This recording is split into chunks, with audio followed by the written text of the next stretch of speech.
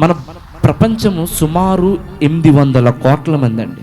సుమారు 800 కోట్ల మంది ప్రజలు.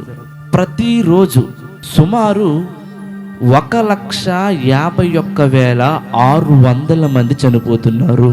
సుమారు ప్రతి గంటకు 6,316 మంది చనిపోతున్నారండి. ఒక నిమిషానికి 105 మంది చనిపోతున్నారండి. ఒక సెకండ్కి 2 చనిపోతున్నారండి. అంటే మనం ప్రార్థన ప్రారంభించి ఆల్రెడీ ఒక గంట ఎక్కువైంది. ఈ గంటలో ఎంతమంది చనిపోయారండి అని అడిగితే 6,316 మంది దగ్గర చనిపోయారు. నిమిషం గడుస్తుందంటే 105 వికెట్లు. నిమిషం గడుస్తుందంటే 105 వికెట్లు. ఇప్పుడు నేను మాట్లాడుతున్నాను, ఒకవేళ ఇప్పటికి నిమిషం అయ్యి ఉండి కనుక 105 మంది చచ్చిపోయారండి.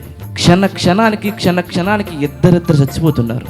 అది అనారోగ్యం వల్ల, యాక్సిడెంట్ల వల్ల, ఆత్మహత్యల వల్ల, మరి ఇతరత్ర కారణాల వల్ల ఎలాగైతే ప్రతిరోజు సుమారు 1,51,600 మంది చనిపోతున్నారండి.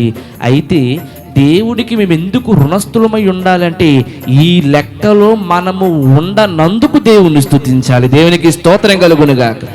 ఈ లెక్కలోనే మనం ఉంటే మనం ఇక్కడ లేము. ఈ లెక్కలో మనం ఇక్కడ ఉంటే ఇక్కడ మనం లేవండి. ఏమండి, ఒక బాధాకరమైన విషయం చెప్పమంటారా?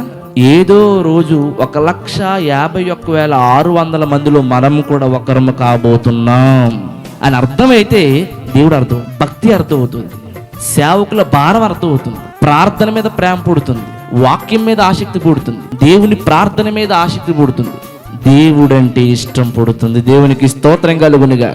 అది అర్థం కానంత వరకు అండి ఈ లోకమే శాశ్వతం అనుకుంటాడు మనిషి. ప్రార్థనలు పెట్టినా రాడు. ఏం పెట్టినా రాడు? ప్రార్థనలు పెట్టినా రాడు.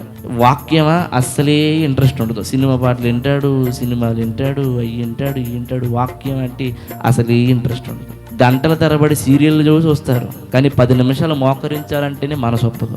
ఇదంతా ఎందుకు అని అంటే భక్తిలో ఇంకా మనం ఏ స్థితిలో ఉన్నామంటే బలహీన స్థితిలో ఉన్నాం. ఎందుకంటే భక్తుడు ఎప్పుడు కూడా ఈ లోక సంబంధమైన వాటి యందు మనసు పెట్టాడు, ఆత్మ సంబంధమైన వాటి యందు మనసు పెడతాడు. దేవునికి స్తోత్రం కలుగునుగా. యూత్ ఫర్ జీసస్ క్రైస్ట్ అనే మా యూట్యూబ్ ఛానల్ను లైక్ చేయండి, షేర్ చేయండి, సబ్స్క్రైబ్ చేయండి.